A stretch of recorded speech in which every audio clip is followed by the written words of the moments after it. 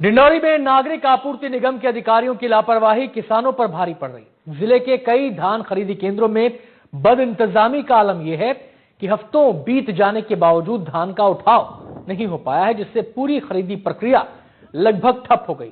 धान का परिवहन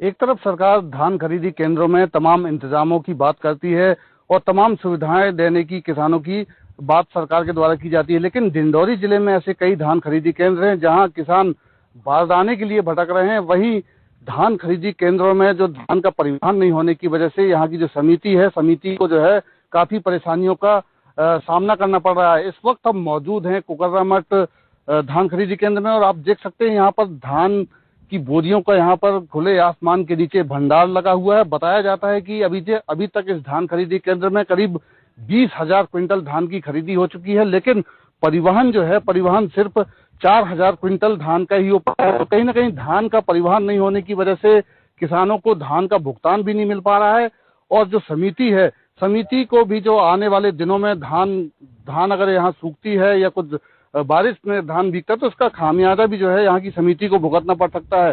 किसान भी यहाँ पे जो धान लेकर यहाँ पहुंचे हैं उनसे हम बात करते हैं, जानने की कोशिश करते हैं कि आखिरकार उनको यहाँ क्या दिक्कतों का सामना करना पड़ रहा है। दादा कहाँ से आए हैं आप और क्या दिक्कत है बताइए? बोरी की समस्या है, बोरी नहीं मिल रहा है। अब जंगल तीर से आ रहे हैं, हम लाना है धान, यहाँ से बोरी नहीं मिल रहा है तो कहाँ से हम पलची करी। अब ठंड में आ रहे हैं जा रहे हैं ठंड सुबह शाम से, इतना परेशानी है। अब ठंड में हमारा गाड़ी न मोटर नहीं है हमारे पास, पैदल आते जाते हैं। क्या दिक्कत है भैया यहाँ पर? बोरी नहीं मिल रहा है सर, बोरी न मिलने के कारण से 2-3 दिन से हम लोग परेशान हैं और फिर हमारी भर्ती भी नहीं हो रहा है, बोरी नहीं मिल रहा है। धान खरीदी केंद्र के प्रभारी भी हैं, उनसे हम बात करते हैं। भैया क्या दिक्कत हो रही है? देखने हमारा परिवहन नहीं हो पा रहा है यहाँ पे।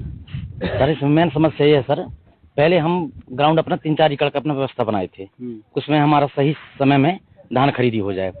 उस धान खरीदी में 400-500 किसानों से धान खरीद डाला था मैं, कम से कम 15-16 हजार कुंटल। पर अभी तक की स्थिति में सर वहाँ अभी मेरा 3-4 हजार कुंटल परिवहन हुआ है। मैं 670 के लगभग किसानों से खरीदी किया हूँ सर, पर मुश्किल से 150-200 किसानों का भी भुगतान हो पाया है।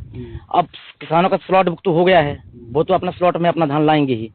यहाँ पे जो आप देख रहे हैं सर, ये अरहर लगी है, अरहर की इसमें कोई व्यवस्था नहीं है, उधर अंदर कोई व्यवस्था नहीं है, पर किसान का धान कैसे भी अपन वहाँ रखवा रहे हैं। अब मेन बारदाना सर, ये परिवहन ना होने की वजह से बारदाना में दिक्कत आ रहा है। निरीक्षण पंजी में तहसीलदार साहब आए, उनका निरीक्षण यही लिखवाया हूँ सर कि लास्ट में मैं इसका जिम्मेदार नहीं रहूंगा, पर लास्ट में हम को हमारे ऊपर डाल देंगे सर। क्या नाम है आपका? सुशील चंदेल। तो ये थे धान खरीदी केंद्र के प्रभारी। इनका भी साफ तौर पर कहना है कि धान का परिवहन जो समय पर नहीं हो पा रहा है, जिसका खामियाजा कहीं ना कहीं आने वाले दिनों में समिति को भुगतना पड़ेगा। और उन्होंने इस बात की जानकारी जिले के जिम्मेदार अधिकारियों को भी दी है, लेकिन अधिकारी सब कुछ जानकर अनजान बने हुए हैं। एनडीटीवी ने इस खबर को बीच में अभी दिखाया था कि धान खरीदी केंद्रों में धान का परिवहन नहीं हो पा रहा है, जिसके बाद कुछ धान खरीदी केंद्रों में परिवहन की व्यवस्था सुचारू रूप से तो शुरू हो गई है, लेकिन डिंडौरी जिले में अभी ऐसे कई धान खरीदी केंद्र हैं जहां हजारों क्विंटल धान खुले आसमान के नीचे रखा हुआ है। विजय तिवारी, एनडीटीवी, डिंडौरी।